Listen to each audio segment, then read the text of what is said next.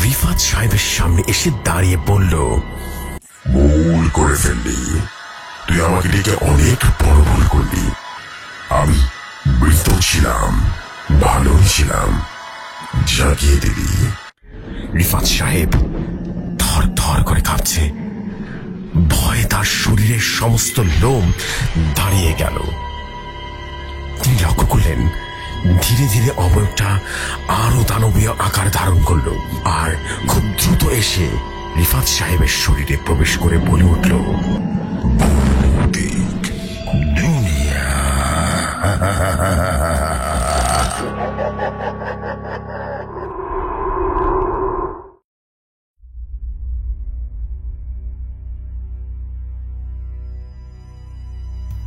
যেভাবে লেখা আছে সেভাবেই পড়ছি। আসসালামু আলাইকুম জসু ভাই, আশা করি ভালো আছেন, ভালোর তলেই আছেন। আমি তুহিন হাসান বলছি খালিশপুর থেকে, মানে খুলনার খালিশপুর থেকে। আর যে ঘটনাটা বলবো সেই ঘটনাটা আমার দাদুর মুখে শোনা। ঘটনাটির নাম দিলেন জিনের শাসন। ঘটনাটি আমি দাদুর মুখ থেকে যেভাবে শুনেছিলাম সেভাবেই পড়ছি। বছর প্রায় 70 বছর আগের ঘটনা। ছদ্মনাম ভোরগঞ্জ গ্রামের এক সত্যি ঘটনা অবলম্বনে ঘটনাটি আমি পাঠাচ্ছি। আমার দাদুর নাম ছিল আছির উদ্দিন মোল্লা। উনি এখন আর বেঁচে নেই, কিন্তু তার মুখে শোনা বহু ঘটনা আজ বুকের মধ্যে কাঁটা দিয়ে ওঠে। আমি তখন ছোট ছিলাম, ক্লাস 6-এ পড়ি। সন্ধ্যায় লণ্ঠনের আলোয় বসে থাকতাম দাদুর পাশে আর শুনতাম ভয়ের সেই শীতল গল্পগুলো, যেসব গল্প শুনলে শরীরের লোম খারাপ হয়ে যেত, গলা শুকিয়ে যেত। তার মধ্যে একটি ছিল জিনের শাসন। ঘটনাটি ছিল ভোরগঞ্জ নামের এক ছোট্ট গ্রামের ছদ্মনাম। ভোরগঞ্জ এখন আর আগের মতো নেই, কিন্তু দাদুর সময়ে গ্রামটা ছিল অর্ধেক জনমানব শূন্য। নদীর ধারে মাঠের কিনারা ঘেরা। গ্রামে তখন বিদ্যুৎ ছিল না, পাকা রাস্তাও ছিল না, আর ছিল না কোনো আধুনিক চিকিৎসা ব্যবস্থা। কুয়োর জল আর কবিরাজের ওঝা তন্ত্রে জীবন চলত। দাদুর বয়স তখন 22 ছিল। উনি বলতেন, তুই জানিস না বাপু, তখনকার গ্রামে রাতে হাঁটার সাহস ছিল না কারো। সন্ধ্যা মানেই ঘরে ঢুকে দরজা বন্ধ করা। কারণ কি? কারণ ভোরগঞ্জ শাসন করতো এক জিন। ভোরগঞ্জের ঠিক পশ্চিম পাশে ছিল একটা পুরনো ঝোপঝাড় খাল পার। লোকজন একে ডাকতো কালা ঝোপ নামে। ঝোপটা খুবই ঘন ছিল। এক ঘন দুপুরবেলা দাঁড়ালেও মনে হতো বিকেল গড়িয়ে গেছে। গাছে গাছে গুটি পোকা, বিষধর সাপ আর অদ্ভুত পচা গন্ধ, এই 3টা জিনিসে সেখানে থাকতো সবসময়। লোকমুখে প্রচলিত ছিল ঝোপের মধ্যে এক অদৃশ্য মসজিদ আছে। সেই মসজিদ নাকি মানুষের নয়, জিনদের মসজিদ।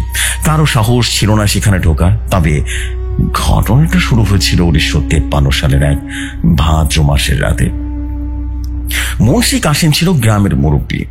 তার একমাত্র ছেলে রফিক, বয়স 14 বছর, খেলাধুলায় তুখোর। একদিন বিকেলে বন্ধুদের সঙ্গে খেলা করার পর আর বাড়ি ফেরেনি। সন্ধ্যার পর থেকে লোকজন খোঁজাখুঁজি করা শুরু করলো। পরদিন সকালবেলা কাশেম মিয়া যখন গ্রামের লোকজন নিয়ে খাল পাড়ে যায়, দেখে রফিক একেবারে ঝোপের কিনারায় মুখ থুবড়ে রীতিমতো পড়ে আছে, কিন্তু বেঁচে ছিল। চোখ খোলা, নিঃশ্বাসও চলছে, কিন্তু কথা আর বলতে পারছিল না। একেবারে জমে যাওয়ার মানুষ। দাদু নিজে ছিলেন সেই দলে যারা রফিককে প্রথম ডেকেছিল। তিনি বলেছিলেন, আমি এমন ভয় পাইছিলাম যে মনে হয়েছিল সাটা আমার শরীরের ভিতরে ঢুকে গেল। ওর চোখ দুটা একদম সাদা, কোনো চোখে মনি নাই। রফিকের এই অবস্থা 3 দিন কেটে যায়। শেষে হঠাৎ করে এক রাতে ওর গলা দিয়ে রীতিমতো ভেসে আসে এক বিকৃত কণ্ঠস্বর। কেউ বলছিল, এই গ্রাম আমার, যারা আমার ঝোপে ঢুকবে তাদের জীবন শেষ করে দেব আমি। আমি এই গ্রাম শাসন করব। এরপর থেকে গ্রামে শুরু হয় একের পর এক অদ্ভুত ঘটনা। রাত হলে ঘরের চালের উপরে আওয়াজ আসতো যেন কেউ হেঁটে যাচ্ছে। কুকুরগুলো ছোটাছুটি করতো খানের দিকে আর ফিরে আসতো লেজ গুটিয়ে। কেউ কেউ বলতো তারা রাতের ঘরের বাইরে গেলে দেখে রাস্তার পাশে দাঁড়িয়ে এক ছায়া মূর্তি, যার কোনো মাথা নেই। তবে সবচেয়ে ভয়ঙ্কর ঘটনাটা হয়েছিল এক কিশোরী মেয়ের সঙ্গে। নাম ছিল রোকসানা। রোকসানা ছিল মুন্সি কাসিমের দূর সম্পর্কের ভাগ্নি। বয়স 16 বছর, রূপে গুণে সবাই তাকে এক নামে চিনত। গ্রামের স্কুলের নবম শ্রেণীতে পড়তো, আর বাবা মারা যাওয়ার পর মামার বাড়িতে ছিল। তবে রোকসানার জীবনে কালো মেঘ নেমে আসে রফিকের ঘটনার 1 সপ্তাহ পর। একদিন বিকেলে সবাই যখন বাড়ির কাজ নিয়ে ব্যস্ত ছিল, তখন সে একা মাঠের কিনারায় বসছিল আর বিড়বিড় করে বলছিল ঝোপের দিক থেকে নাকি কেউ যেন ডাক দিচ্ছে। প্রথম সবাই ভেবেছিল সে মিথ্যে বলছে, কিন্তু পরদিন ভোরবেলা তাকে পাওয়া গেল ঘরের উঠোনে দাঁড়িয়ে এক দৃষ্টিতে খাল পাড়ের দিকে তাকিয়ে আছে। চোখ ছিল একদম লাল, মুখ একেবারে শুকনো, ঠোঁট কাঁপছে। দাদু বলেছিলেন ওর চোখের ভেতর ভয় না, ওর চোখের ভেতর ছিল একটা ছায়া, এমন কিছু দেখছিল যা থেকে হতভম্ব হয়েছিল। এরপর 1 সপ্তাহ ধরে রোকসানা শুধু একটাই কথা বলতো, আমার ছুপে কেউ ঢুকতে পারবে না, ওটা আমার রাজত্ব। গ্রামের সবাই ভয় জমে গেল। বংশী কাশেম তখন খবর পাঠালো পাশের বড় গ্রাম বহানপুর এর বিখ্যাত কবিরাজ আলীকে। কবিরাজ আলী লোকটা ছিল বয়স অনেকটা পাকা, কিন্তু গলায় তাবিজ ঝোলানো, মুখে এক প্রকার কঠিন বুদ্ধির ছাপ। কবিরাজ এসে বললেন, এইটা শরীর নয়, এটা কোনো অশরীর নয়, এক জিন। এই মেয়ের গায়ে ঢুকে গেছে সে জিন। তবে আমি বুঝতে পারছি এই শয়তান কিন্তু ভয়াবহ শয়তান। এটা কাউকে শাসন করে, শিকার করে, আর যাকে ধরে তাকে দিয়ে কিন্তু বাকিদেরকে হুমকি দেয়। এত ভয়ঙ্কর কিন্তু এই জিন। 3 দিন তাবিজ, পানি পড়া, দোয়া, ধূপ ধরানো ইত্যাদি কবিরাজ চেষ্টা চালানো জিন কিছুতেই ছাড়ে না রোকসানার শরীর। হঠাৎ এক রাতে গ্রামের অর্ধেক মানুষ জেগে উঠল এক ভয়ঙ্কর চিৎকারে। কে যেন চিৎকার করে বলল, আমি কারো কবিরাজ মানি না, তবে শাসক, এই জায়গার রাজা আমি। পরদিন সকালে পাওয়া গেল গ্রামের এক রাখাল ছেলের রামিজের লাশ। সে ছিল শক্তপোক্ত যুবক, কিন্তু শরীর এমন ভাবে ভেঙে ফেলা হয়েছে যেন বিশাল দানব তাকে গড়িয়ে দিয়েছে। আরেক রাতে গোয়ালের গরুগুলো হঠাৎ করে একে অপরকে গোতাতে থাকে, যাকে সামনে পায় তাকেই মারতে থাকে। 6টা গরু হঠাৎ করে একসাথে রক্তাক্ত হয়ে মাটিতে পড়ে যায়। তাদের চোখ তখন সাদা, দাঁত কাঁপছে।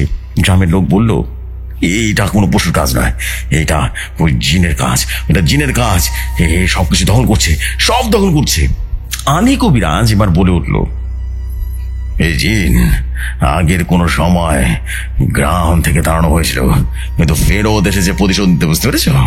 ও রাজত্ব হারায়নি, এখন জোরে শাসন করবে, কিন্তু ওকে যদি ফের জোরে নামানো যায় তাহলে একটাই উপায়, রক্ত দিয়ে শাসন লেখা পাল্টানো।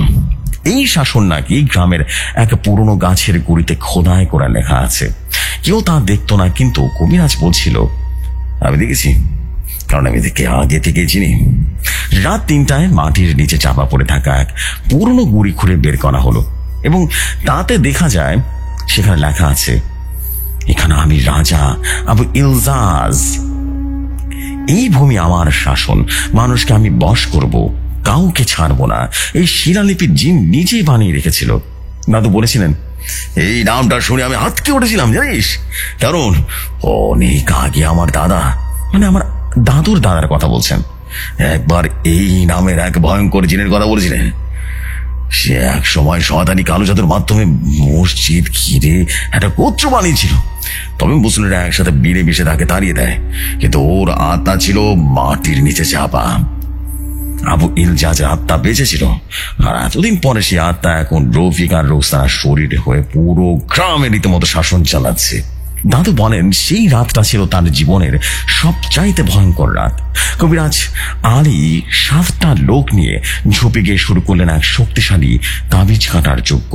ঘি, আগরবাতি, চামর, নিম পাতা আর তামার থালায় রক্ত দিয়ে বানানো তাবিজের মধ্যে তারা করছিল তান্ত্রিক পদ্ধতিতে বন্ধন ছেঁড়ার কাজ। ঠিক সেই সময় ঝোপের ভেতর থেকে একটা আগুনের মতো আলো বের হতে থাকে। আওয়াজটা এলো, আমি যাবো না, আমি রক্ত চাই, আমি রক্ত চাই। রোকসানা তখন একদম বেপরোয়া, দড়ি দিয়ে বেঁধে রাখা অবস্থায় সে হঠাৎ দড়ি ছিঁড়ে উঠে দাঁড়ায়। চোখ আগুনের মতো লাল, মুখে বিকৃত একটা হিন্দি এবং আরবি উচ্চারণ। দাদু বলেছিলেন, আমি চৌকুতে পড়ে গেছিলাম একবার ভয়। মাটিতে এমন ভাবে কাঁপছিল না, আমার বুক ধক ধক ধক করছিল। আমি প্রচন্ড ভয় পেয়ে গেছিলাম। ঝোপের চারপাশে তৈরি করা হয়েছিল এক শয়তানের তাড়ানো বৃত্ত, যা স্থানীয় লোকরা ডাকত আলিমি ঘের নামে। কবিরাজ আলী সেই বৃত্তের মাঝখানে দাঁড়িয়েছিল, এক হাতে তামার পাঁচো আর অন্য হাতে কাঠের শলাকা, যার মাথায় করিত সোনা লাগানো ছিল। তার চারপাশে ছিল 7 জন সঙ্গী, যাদের মধ্যে দাদুও ছিলেন। আছিরুদ্দিন বললাম, ঘন অন্ধকারের মধ্যে একমাত্র আলো ছিল ধূপ ধুনির দিলাপ ধোয়া আর আগুনে পোড়ানো থাকা সেই তাবিজের শিখা। রোকসানা তখন পাটাতনের উপর বাঁধা ছিল, কিন্তু ধীরে ধীরে সে মানুষের ভাষা ভুলে গিয়ে উচ্চারণ করতে শুরু করলো এমন কিছু যার অর্থ নেই, কিন্তু যার আওয়াজে শরীর ঠান্ডা হয়ে যায়। মালিকুজ্জিন, শয়তানি রূহ, ইলজাজ ইলজাজ ইলজাজ। তখন রোকসানার চোখ পুরোপুরি সাদা হয়ে গেল, ঠোঁটের কোণ দিয়ে রীতিমতো রক্ত গড়িয়ে গড়িয়ে পড়ছে। হঠাৎ করেই তার মুখ দিয়ে বের হলো, তুই আমাকে বাঁধতে পারবি না অলি, তুই জানিস না আমি কে? আমি তোর পূর্বপুরুষদের শাসক ছিলাম। এই কথা শুনে পুরো সবাই রীতিমতো স্তব্ধ হয়ে গেল। কেউ একটা পিঁপড়ে চলার সত্য শুনতে পাচ্ছিল, একদম পিন সাইলেন্ট যাকে বলে। তখন আলী কবিরাজ চিৎকার করে বলে উঠেছিলেন, আমি আবু জিনকে নামাতে চাই, রক্তের বলি, কিন্তু সেটা কিন্তু পশু হবে না। ওকে সাহায্য করতে গেলে ও মানুষের আত্মা চায়। আমি ওকে শেষ করব, কিন্তু আমার ওকে শেষ করতে লাগবে আত্মা, বরং স্বেচ্ছায় দান করা আত্মা লাগবে, আত্মা। সবাই থমকে গেল। এক ভয়ঙ্কর শর্ত কেউ কল্পনাও করতে পারেনি। তখনই উঠে দাঁড়ালো এক বুড়ো, তার নাম ছিল কালো সর্দার। বয়স 70 পেরিয়েছে, কিন্তু কণ্ঠে দৃঢ়তা ছিল। তিনি বললেন, আমি আমি আমি আত্মদান করব, আমি আত্মদান করব। আমার বউ মারা গেছে আগে কোলাবান শহরে। আমি শয়তানের হাতে কোনো নিষ্পাপ প্রাণ মরতে দেব না। এই গ্রাম আমার, এই গ্রাম আমার, আমার জীবন আমি দান করে দেব, আমি জীবন দান করে দেব। তারপর এই শয়তানের হাত থেকে রক্ষা করুন, রক্ষা করুন আমাদের এই গ্রামকে। সেই মুহূর্তে সবাই কাঁদতে লাগলো। কি বলছে লোক? অনেক ভালোবাসা, আমি গ্রামের একটা মানুষের মৃত্যু আর দেখতে চাই না। আমার আর কেউ নাই এই জীবনে। আমি এতিম, আমি চলে গেলে কারো কোনো যায় আসবে না, কোনো যায় আসবে না। আপনি আমি আপনি আমাকে দান করে দিন, আমাকে দান করে দিন, আমার আত্মা দান করুন। আমি বলি হব, আমি বলি হব। এরপর আর কি করার, কালো সর্দারকে পবিত্রভাবে গোসল করানো হলো, সাদা কাপড় মোড়ানো হলো, তার কপালে লেখা হলো আত্মা দান। আলী সুর করলেন তরহজ শিকর কবজ পাঠ, যেটা খুব কঠিন এক ধরনের আয়াত মন্ত্র। আর কালো সর্দারের চোখ বন্ধ করে দাঁড়িয়ে আগুনের বৃত্তের সামনে দাঁড় করানো হলো। ঠিক সেই মুহূর্তে ঝোপের ভেতর থেকে বেরিয়ে আসলো একটা ছায়া মূর্তি। সে হাঁটছে, কিন্তু মাটি ছুঁচ্ছে না, গাছের ভেসে ভেসে হাঁটছে। মাথায় নেই কোনো চোখ, কিন্তু সাদা অগ্নি স্নান, যেন ভয়ঙ্কর লাগছিল তাকে। দাদু বলতেন, সেই ছায়া দেখে মনে হচ্ছিল চিরদিনের ঘুম এসে গেছে আমার শরীরে। ওরে বাবারে বাবা, কি ভয়ঙ্কর ছিল সেই ছায়া দেখতে। ছায়াটা তখন বলল, রক্ত নিব, তবে আমি আকাশ নি, আমার সঙ্গে আরো অনেকে এসেছে। আরেকটা ছায়া, আরেকটা, তারপর আরেকটা, সব একে একে ঝোপ থেকে বেরিয়ে এলো। পুরো ঝোপ রীতিমতো আগুনের রঙে রেঙে গেল। কালো সর্দার নিজের বুকের মাঝখানটাতে ছুরি দিয়ে কেটে দিল। আর আলী কবিরাজ সেই রক্ত দিয়ে এক বিশেষ দাগ টেনে দিল সে মাটিতে। তারপর সেই দাগে তামার তাবিজ বসানো হলো এবং উচ্চারিত হলো, আবু ইলজাজ, তোর রাজত্ব শেষ। এই রক্ত তোকে এই শিকল থেকে একেবারে ঘর ছাড়া করবে, গ্রাম ছাড়া করবে। এক অদ্ভুত শব্দে কেঁপে উঠল পুরো মাঠটা। আকাশ যেন কালো হয়ে এলো, ঝোপটা নিজেই আগুনে পুড়ে ছায়া হয়ে গেল। আর সেই ছায়া মূর্তিরা একে একে করে মুহূর্তেই মিলিয়ে যেতে শুরু করলো। পরদিন সকালে রোকসানা ছিল একেবারে নিশ্চিত, শুধু একটা সাদা কাপড় ছিল, আর তার পাশে কবিতা এক তামার তাবিজ পড়েছিল। দাদু বলেছিলেন, ওই দিনের পর কেউ খাল পাড়ের দিকে যায় না, বুঝলি? চোখের জায়গা এখনো ধারকেত, কিন্তু আমি এখনো রাতে ঘুমালে দেখি একটা ছায়া দাঁড়িয়ে আছে কালঘাটায়। তার কোনো মুখ নেই, পর্দার আড়াল থেকে। আজ এই 70 বছর পরে যখন এই গল্পটা লিখছি তখন আমার গায়ে কাঁটা দিয়ে উঠেছিল। এই ঘটনাটা আমি নিজে চোখে দেখিনি, কিন্তু দাদুর মুখে যতটা শুনে ভয় পেয়েছিলাম ততটাই আমার লিখতে গিয়ে ভয় লাগছে। সত্য ঘটনা, একেবারেই সত্য ঘটনা। বিশ্বাস করা বা না করাটা একেবারেই আপনার ব্যাপার। গ্রামের নাম, চরিত্রগুলোর ছদ্মনাম লিখছি, কিন্তু ঘটনাটা ঠিক যেমন বলেছিলেন ঠিক তেমনটাই তুলে ধরেছিলাম। একজন মানুষের আত্মদানের কারণে পুরো গ্রামবাসী সেদিন বেঁচে গিয়েছিল। জেফরি ভাই, এই ছিল ঘটনা। ভালো লাগলে আপনার ভৌতিক দুনিয়ায় পড়ে শোনাবেন। আসসালামু আলাইকুম।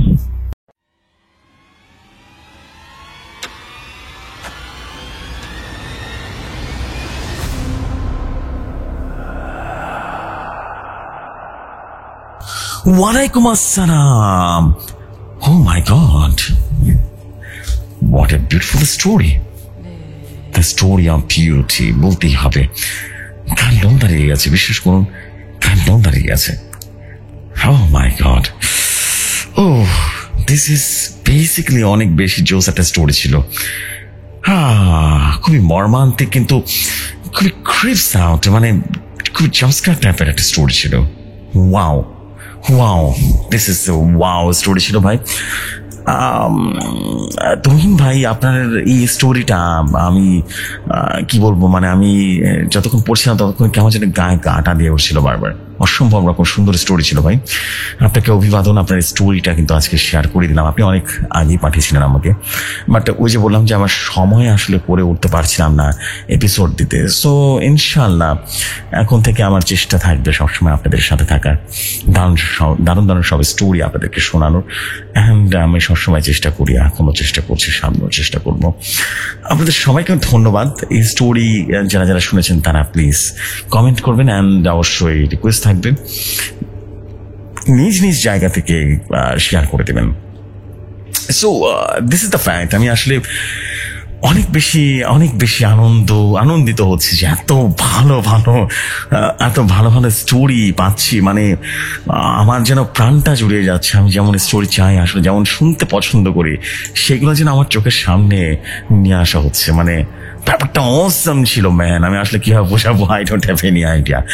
সত্যি thank you very much Tuhin ভাই, আপনি আমার আশাটাকে পূরণ করে দিয়েছেন। এনিওয়েজ, আমরা চলে যাচ্ছি পরবর্তী ঘটনায়। আশা করছি পরবর্তী ঘটনা আপনাদের কাছে ভালো লাগবে। চলে যাই ঘটনায়। ঢাকা মেডিকেল কলেজের ফাইনাল ইয়ারে পড়ছি। বরাবরই অলৌকিক জিনিসের প্রতি আগ্রহ ছিল, সেটা ভূত হোক না হয় ঘুমের বৈজ্ঞানিক ব্যাখ্যা হোক। এক রাতে ইউটিউবে বসে পুরনো লোক কথা নিয়ে ঘাটাঘাটি করতে গিয়ে দেখি চাঁদবিলা গ্রামের ঘুমঘর নামে একটা থ্রেড আছে, যেখানে বলা হচ্ছে এই ঘরে ঢুকে মানুষ ঘুমিয়ে পড়ে, কিন্তু একবার ঘুমালে আর জেগে ওঠে না। তাদের হার্টবিট চলে, নিঃশ্বাসও চলে, কিন্তু তারা আর কিছুই করতে পারে না। যেন চোখ খোলা ঘুম, এক অনন্ত ঘুম, এক প্রকার কোমায় চলে যায়। আমি প্রথমে মনে করেছিলাম এসব লোক কথা, তবে যখন দেখলাম মেডিকেল রিপোর্টে 4 জন মানুষ এখনো লাইফ সাপোর্ট ছাড়াই বছরের পর বছর ধরে ওই এক ঘুমেই আছে, তখন এক প্রকার চমকে উঠলাম। আমি সিদ্ধান্ত নিলাম গ্রামে গিয়ে প্রামাণ্য চিত্র বানাবো, এক রাত ঘরে কাটাবো। সত্যি কি এমন কিছু হয় সেটা বোঝবার জন্য দেরি না করে ব্যাগপত্র গুছিয়ে চাঁদবিলার গ্রামের উদ্দেশ্যে রওনা হয়ে গেলাম। চাঁদবিলা গ্রামে পৌঁছাতে মোটামুটি বেশ সময় লেগেছিল। গ্রামে ঢোকার সময় ঠান্ডাটা হাওয়া আমার গায়ে এসে লাগলো। আশেপাশে ধান ক্ষেত, পাখির ডাক, আর মাঝে মাঝে হ্যাঁ, আমি সেখানে এক রাত কাটাতে চাই। লোকটা থমকে গেল, ঠোঁটাটা হালকা হাসি, কিন্তু চোখে কেমন যেন একটা অস্বস্তিতা ছিল। তিনি বললেন, ও ঘরে যারা ঘুমায় না, তারা কিন্তু আর ঘুম থেকে জেগে ওঠে না, ওদের আত্মা কোথাও আটকে থাকে। আমি হাসলাম আর বললাম, বিজ্ঞান দিয়ে ব্যাখ্যা করা যায় কিন্তু সবকিছু। না না না বাবা, ওই ঘরে ছাদে কিছু আছে। কেউ একজন নিচে নামতে চায়, কারো মুখ দিয়ে কথা বলতে চায়। আমি আর দেরি করলাম না, সেই ঘরের সামনে গেলাম, কারণ আমার কাছে পুরো বিষয়টা এক প্রকার মজা ছাড়া আর কিছুই ছিল না। ঘরের সামনে পৌঁছে গেলাম। ঘরটা গ্রামের এক কোনায় ছিল। এক বিশাল তেঁতুল গাছের পাশে ছিল। দেয়ালে শ্যাওলা জমে আছে, দরজায় জং ধরা তালা এবং কাঠের বেড়া দিয়ে ঘেরা। আমি নিজে হাতে তালা খেটে রীতিমতো ঘরে ঢুকলাম। ঘরের ভেতরে ঠান্ডা, কিন্তু সেই ঠান্ডা হাওয়া নয়, বরং এক অদ্ভুত ব্যাপার ছিল, যেন অনেকগুলো চোখ অদৃশ্যভাবে তাকিয়ে আছে আমার দিকে। আমি স্পষ্ট ফিল করতে পারছিলাম। ছাদের দিকে তাকালাম। পুরনো কাঠের তক্তা, কুচকে যাওয়া ফ্যান এবং একটা কোনায় একটা ভাঙা আয়না দেখলাম। আমি আমার ক্যামেরা সেট করলাম, ঘুম পর্যবেক্ষণ যন্ত্রপাতি লাগালাম। রাত তখন 12:45। শুয়ে পড়লাম। বলতে পারছিলাম না, উমা কিভাবে সম্ভব? অসাড় হয়ে গেছে পুরো শরীর, বুক খোলা, গলা দিয়ে শব্দ বের হচ্ছিল না। ছাদের দিকে তাকিয়ে দেখলাম 6টা লম্বা আঙ্গুল ধীরে ধীরে নেমে আসছে নিচে। আর ঠিক তখনই ঘরের মধ্যে এক বয়স্ক নারীর বুক ভেসে উঠল ছায়ার মাঝে। চোখটা ফাঁকা, ঠোঁট নাড়িয়ে বলছে, তোরা কেউ জাগতে পারিস না, আজ থেকে তুই আমাদের মতো ঘুমাবি রে।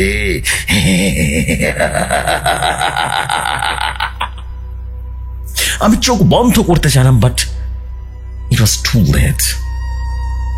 সকাল 5টা বাজে। আমাকে পাওয়া গেল ঘরের মেঝেতে, চোখ খোলা অবস্থায়, মুখে অর্ধেকটা খোলা, থেকে জেগে উঠতে পারছিলাম না। এরপর সময় কেটে গেল। সকাল 10টা ছুঁই করছিল। গ্রামের সবাই তখন এক জায়গায় জড়ো হয়েছে। চাঁদ বিলার প্রাচীন স্কুল ঘর সামনে খোলা বারান্দায় রাফির দেহটা পড়ে আছে ঘুম ঘরের ভেতরে। কিন্তু গ্রামের লোকেরা মুখে মুখে আবারও সে ভয়াল নামটা ফিরে এসেছে, ঘুম ঘর। এই ঘটনার পর একজন প্রবীণ লোক এগিয়ে এলেন। শুকনো চেহারা, ভাঙা গলা আর চোখ জোড়া যেন সাদা হয়ে গেছে বয়সে। তার নাম হাফেজ আলী। তিনি একমাত্র জীবিত ব্যক্তি যিনি 1984 সালের আগেও এই গ্রামে ঘুম ঘরটি খোলা দেখেছিলেন। হাফেজ আলী এসে বললেন, তোরা শুধু বিশু সাঁতরার কথা জানিস? তার কণ্ঠে ছিল মায়ার জাদু।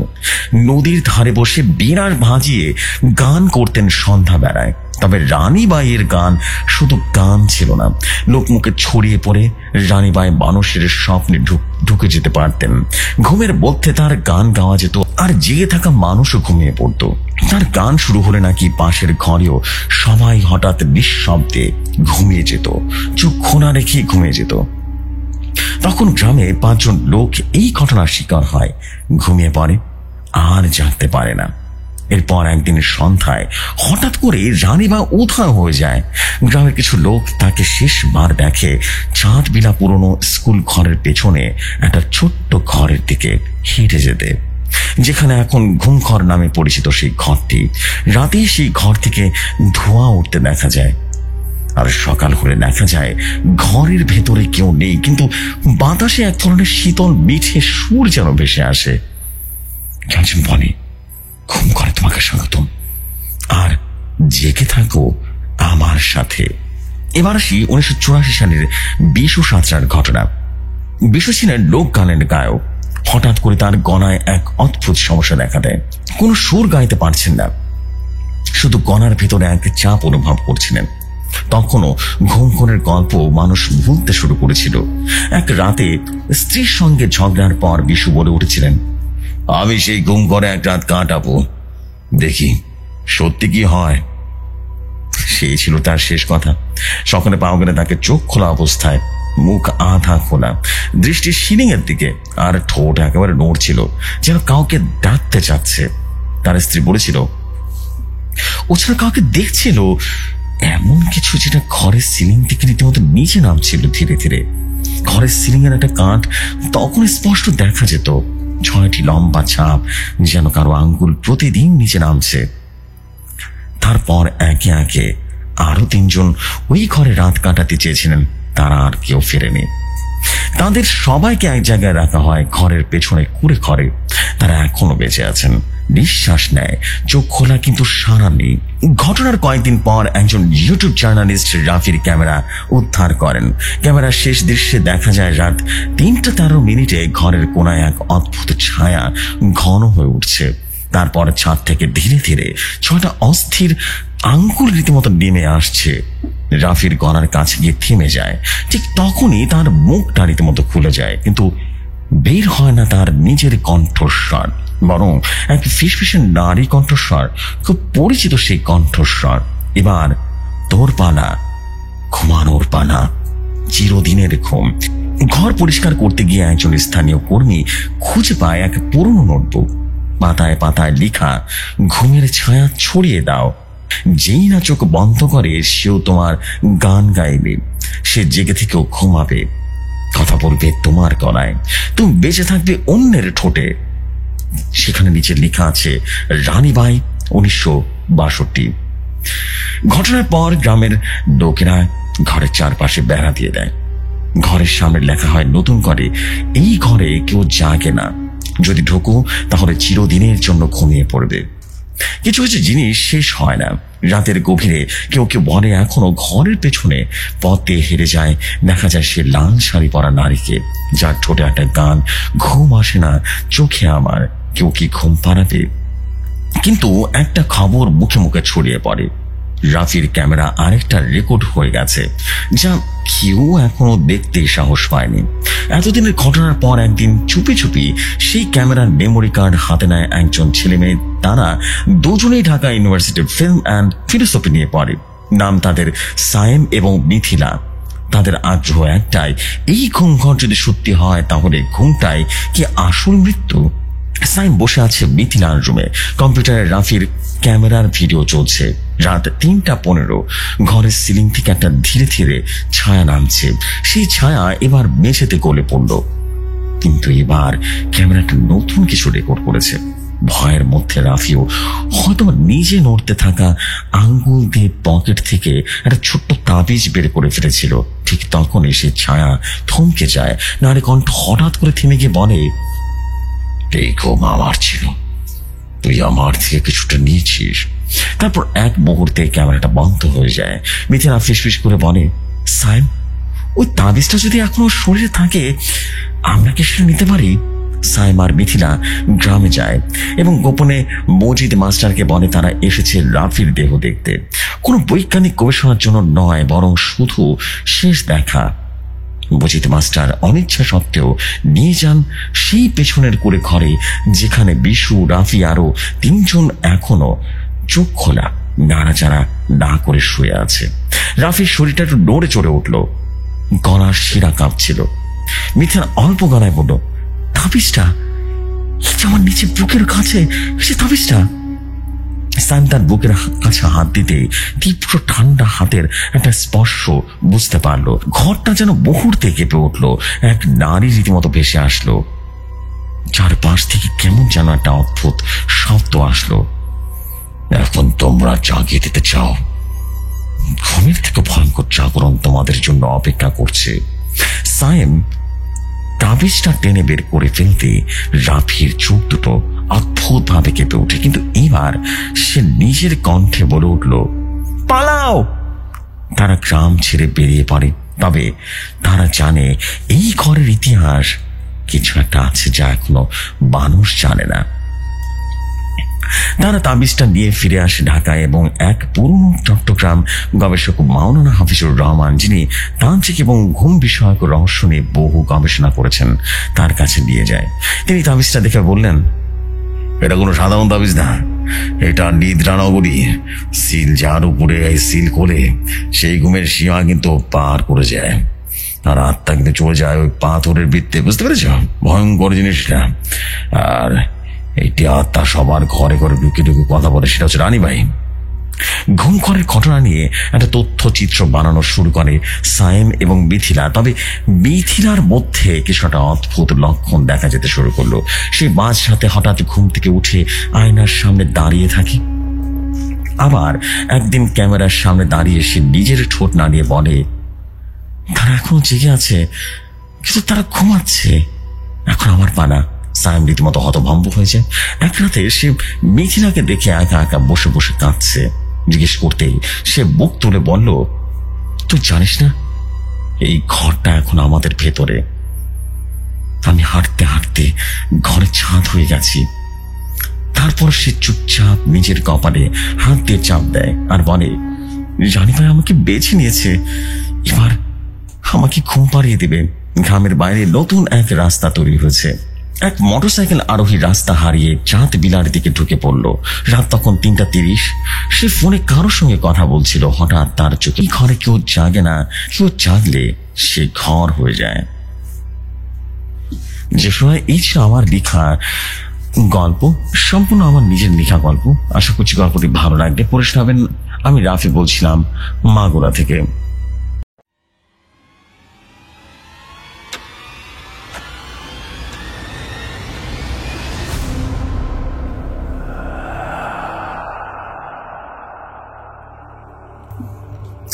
And thank you very much, Rafi bhai, for this story. স্টোরিটা বেশ ইউনিক ছিল এবং খুবই সাইকোলজিক্যাল হরর বলা যেতে পারে। স্টোরিটা বেশ ইউনিক ছিল যে একটা ঘরের ভিতরে ঢুকলে সে আজীবনের জন্য ঘুমিয়ে পড়ে। ইন্টারেস্টিং, ভেরি ইন্টারেস্টিং কনসেপ্ট, ভালো লেগেছে। যদিও সম্পূর্ণ আমাদের রাফি ভাইয়ের নিজের লেখা, বাস্তবতার সাথে কোনো মিল নেই, বাট অসম্ভব রকম ভালো লেগেছে স্টোরিটা। Interesting, all over very interesting staff ছিল, ভালো লেগেছে আমার কাছে। আশা করছি আপনাদের সবার কাছে ভালো লেগেছে, বিকজ স্টোরি টেলিং বলেন বা সবকিছু অনেক সুন্দর ছিল। স্টোরি সবকিছুই মনে হচ্ছিল যেন জীবন্ত হয়ে গেছে। থ্যাংক ইউ ভেরি মাচ আপনাকে এই অসাধারণ ঘটনার জন্য। আশা করছি এরকম আরো দারুণ দারুণ সব ঘটনা আপনার কাছ থেকে আমরা পাবো, অ্যান্ড ইনশাল্লাহ দারুণ কিছু আমাদের জন্য অপেক্ষা করছে সামনে, isn't it? So this is the fact. আমি আর দেরি করবো না। আমি এখন যেটা করতে চাই সেটা হচ্ছে আমরা পরবর্তী ঘটনায় চলে যেতে চাই। আশা করছি পরবর্তী ঘটনা আপনাদের কাছে দারুণ লাগবে। চলে যাই এই ঘটনায়। এই গল্পের নাম পরীর সাথে প্রেম এবং তার ভয়াবহ পরিণতি। আমি ময়মনসিংহ থেকে বলছি। যে ভাই, যদি লিখায় বিন্দু মাত্র ভুল ত্রুটি হয়ে থাকে ক্ষমা সুন্দর দৃষ্টিতে দেখবেন। আমার নাম জুবাইর। এই ঘটনাটি আজ থেকে প্রায় 8-10 বছর আগের ঘটনা। তখন আমি আমাদের গ্রামের বাড়িতে থেকে ঢাকা প্রাইভেট ইউনিভার্সিটিতে পড়াশোনা করছিলাম। শহরে জীবনের ব্যস্ততা আর দমবন্ধ পরিবেশ থেকে কিছুদিন মুক্তি পেতে ছুটে আসি গ্রামে। আমাদের গ্রামটা ছিল ময়মনসিংহ সীমান্তে পাশ দিয়ে বয়ে চলা ছোট্ট একটা নদী, তার নাম বিশানী। ছদ্মনাম। নদীটা বর্ষাকালে একরকম, আবার শীতে তার রূপটাই যেন পাল্টে যেত। চারপাশে ঘন বন জঙ্গল, মাঝে মাঝে শোনা যেত অদ্ভুত আওয়াজ। কেউ বলতো বন্য প্রাণী, কেউ বলতো অশরীরী। সে সময় প্রথম আমার জীবনে দেখা মেলে তাকে, যাকে আমি আজও পরি বলেই ডাকতে চাই। সন্ধ্যার দিকে বিশানী ধার দিয়ে হাঁটছিলাম একা একা। নদীর ওপারে চোখ পড়তেই দেখি সাদা জামা পরা এক মেয়ে দাঁড়িয়ে আছে। চুলগুলো লম্বা, চোখে অদ্ভুত এক আলো। মনে হচ্ছিল কেউ যেন দূর থেকে টানছে আমায়। আমি থেমে যাই, লক্ষ্য করলাম মেয়েটা তাকিয়ে আছে আমার দিকে। ভয়ের কিছুই অনুভব করলাম না, বরং এক প্রকার মোহে পড়ে গেলাম। সে রাতে প্রথম ঘুমের মধ্যে তাকে দেখি। সে হাঁটছে নদীর পার ধরে, হাতে সাদা ফুল। আমার দিকে তাকিয়ে হালকা ভাবে হেসে বলছে, আসো, এখানে আসো। পরদিন আবারও গেলাম সেই নদীর পারে। বিশ্বাস করবেন কিনা জানি না, কিন্তু মেয়েটা আবারও এলো। কথা বললাম না, কিন্তু এক অদ্ভুত চাহনি দিয়ে সে যেন আমার মন পড়ছিল। এভাবে কয়েকটা দিন চলল। তারপর একদিন সে সামনে এসে বলল, তুমি আমাকে দেখেছো কারণ আমি তোমাকে দেখা দিয়েছি। কিন্তু জানো না আমি কি? আমি হতভাগ হয়ে জিজ্ঞেস করলাম, তুমি কে? মানুষ তো অবশ্যই, তাই না? সে হেসে বলল, আমি মানুষ নই, আমি পড়ি, তবে সব সময় ভালো পড়ি নই। তুমি যদি ভালোবাসো তার মূল্য কিন্তু তোমাকে দিতেই হবে। আমি তখন এক প্রকার প্রেমে অন্ধ হয়ে গেছি। ভয়টর কিছু যেন পাচ্ছিলাম না, শুধু বলছিলাম, আমি তোমাকে ভালোবাসি। আর তখন শুরু হয় এক ভয়ঙ্কর মোহের খেলা। পরীর সাথে সেই দিন থেকে প্রথম অদ্ভুত কথাবার্তার পর আমি যেন একেবারে অন্য জগতে ঢুকে পড়েছিলাম। গ্রামে কারোর সাথে তেমন মিশতাম না। সারাদিন শুধু নদীর পাড়ে বসে থাকতাম। আর রাতে সে আসতো। প্রথমে শুধু স্বপ্নে, পরে আমি অনুভব করতাম সে যেন বাস্তবে আমার পাশে আছে। রাত গভীর হলেই ঘরের দরজা খোলা, জানালা দিয়ে শীতল বাতাস, সবকিছু আসতো। আমি হঠাৎ টের পেতাম আমার পাশে কি যেন বসে আছে। এক রাতের ঘটনা বলি। আমার দরজাটা বন্ধ ছিল, আলো নিভিয়ে ঘুমোতে গেছি। হঠাৎ দেখি কাঁধে কারো হাত। আমি চমকে উঠলাম। আলো জ্বালিয়ে দেখি ওমা কেউ নেই সেখানে, কিন্তু দরজার কাছে সাদা কাপড়ের একটা ভাঁজ পড়ে আছে, ভিজে আছে, যেন কেউ নদী থেকে উঠে এসেছে। তখনও বুঝিনি কি গভীর ফাঁদেই না পা দিচ্ছি আমি। আমার আচরণ দেখে সবাই অবাক। মা বলতেন, তোর চোখ তো কেমন যেন বদলে যাচ্ছে রে জুবাইর, আর আয়নায় তাকাস না কেন? আমি আয়নার দিকে তাকিয়ে আঁতকে উঠি।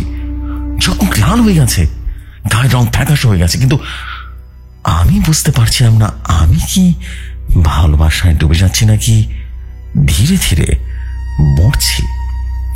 তখন একদিন আমার নানু বাড়ি থেকে আমাদের গ্রামে এলেন। তিনি একটু ঘরোয়া ঝাড়ফুঁকের কাজও জানতেন। তিনি আমার ঘরটা দেখে বললেন, এই ঘরের মধ্যে পবিত্রতা নেই, অশুভ কিছু একটা আসে এখানে। সেই রাতে তিনি আমার বিছানার নিচ থেকে বের করে আনলেন কিছু শুকনো ফুল, এক টুকরো রূপোর পাত আর পাথর, সবকিছু জানুন এবং গা ছমছমে বোটকা গন্ধ। জুবাইর, তুই কেন কিছু ডেকেছিস বলতো? ওই ভালোবাসা কিন্তু ভয়ঙ্কর জিনিস বলি তিনি ঘর খালি করতে বললেন।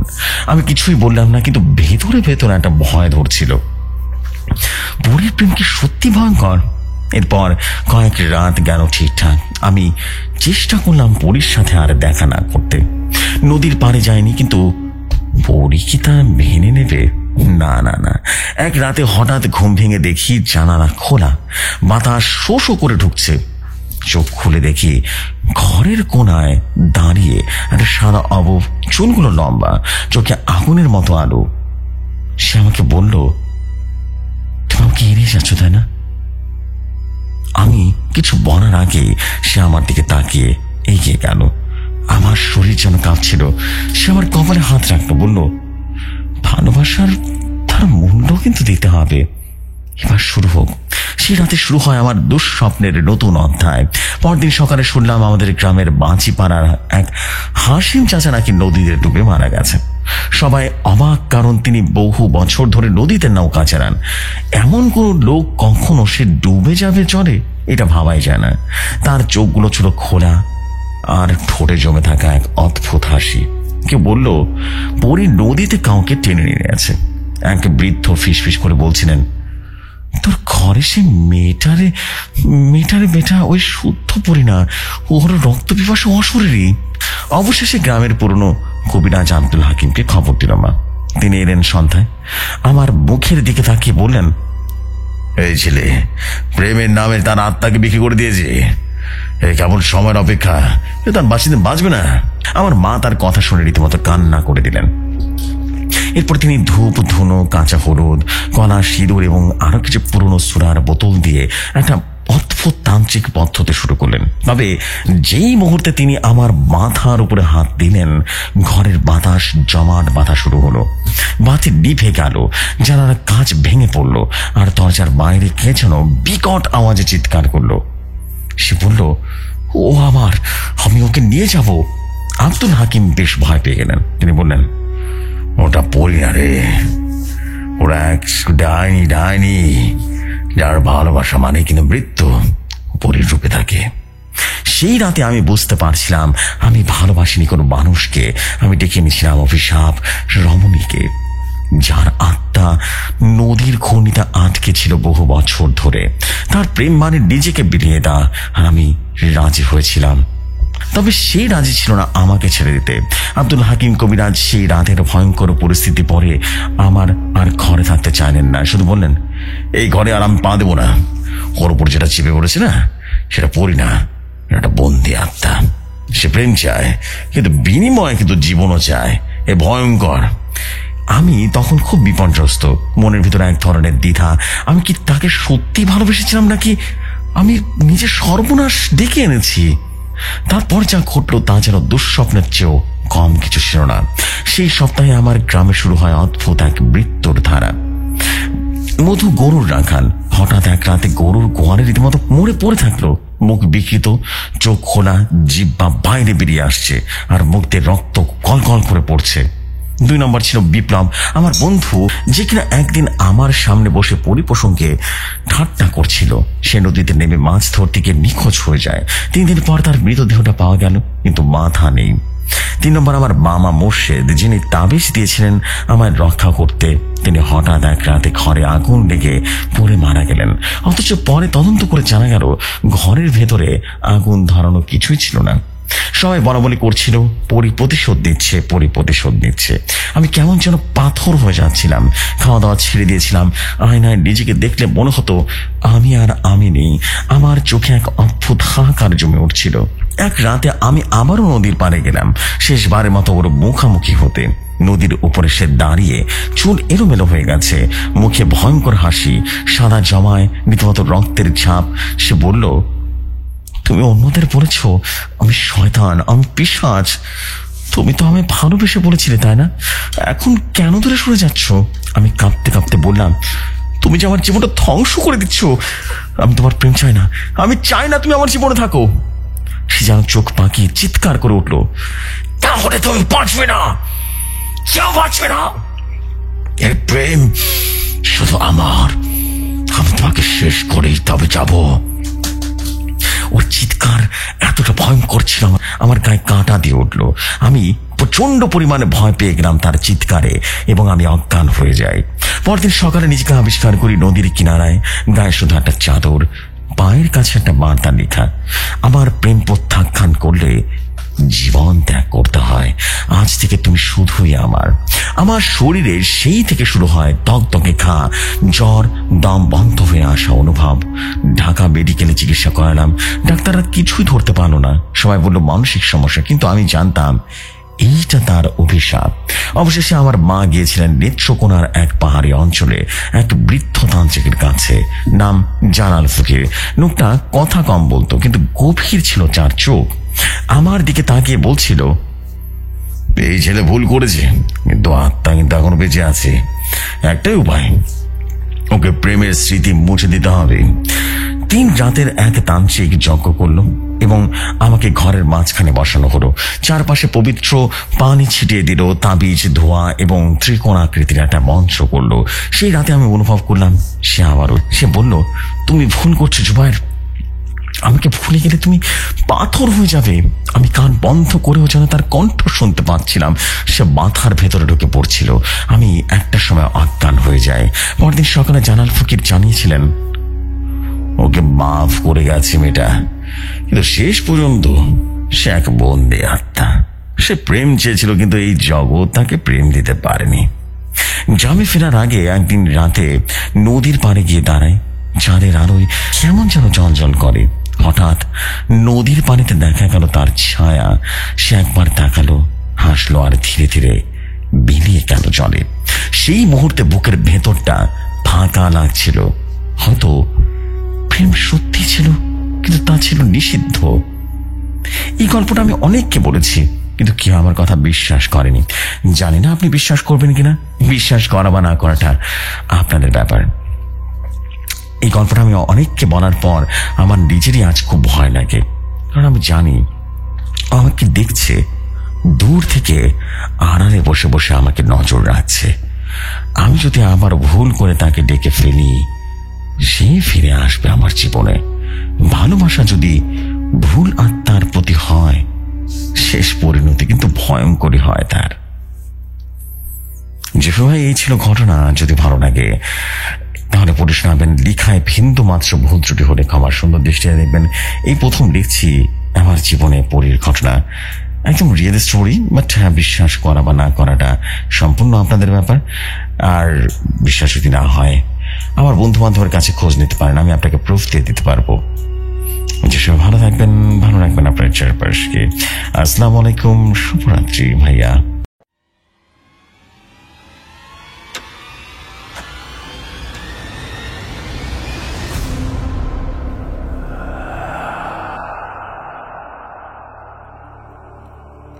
Walaikum assalam, প্রিয় ভাই। Thank you very much, Jubair bhai, for this beautiful story. And I don't have any idea যে আমি কি বলবো এখানে। আসলে আমার বলার কি আছে এখানে, বিকজ কিছু কিছু ঘটনা থাকে সেগুলো অভিশপ্তই থেকে যায়, কিছু কিছু ভালোবাসাও থাকে সেগুলো অভিশপ্তই থেকে যায়। অদ্ভুত আমাদের এই জীবন, এবং এই জীবনের মাধ্যমে কিন্তু আমাদেরকে বেঁচে থাকতে হয়। বেঁচে থাকার সাথে কিন্তু এভাবে আমাদেরকে এগিয়ে যেতে হয় বহুদূর। অদ্ভুত ছিল। আমি দোয়া করি আপনি যেখানে থাকুন ভালো থাকুন, এবং সবচেয়ে বড় বিষয় হচ্ছে অ্যাটলিস্ট সুস্থ থাকুন। এই বইয়ের ঝামেলা থেকে যেন আপনি মুক্তি পান, এটাই আমি চাইবো। So thank you very much আপনাকে অসাধারণ এই স্টোরিটা শেয়ার করার জন্য আমাদের কাছে। সো এই ছিল আজকের আয়োজন। আমরা বেশি কথা বাড়াবো না, রাত গভীর হচ্ছে আর ভয়ের তীব্রতা আরো বেশি বেড়ে যাচ্ছে। সো ভয়ে ভয়ে ভাব নিয়ে ঘুমিয়ে পড়ুন। অ্যান্ড আরেকটা কিন্তু এপিসোড চলছে, সেই এপিসোডে কিন্তু অবশ্যই শুনবেন। সো এখন মতো বিদায় নিচ্ছি। আসসালামু আলাইকুম।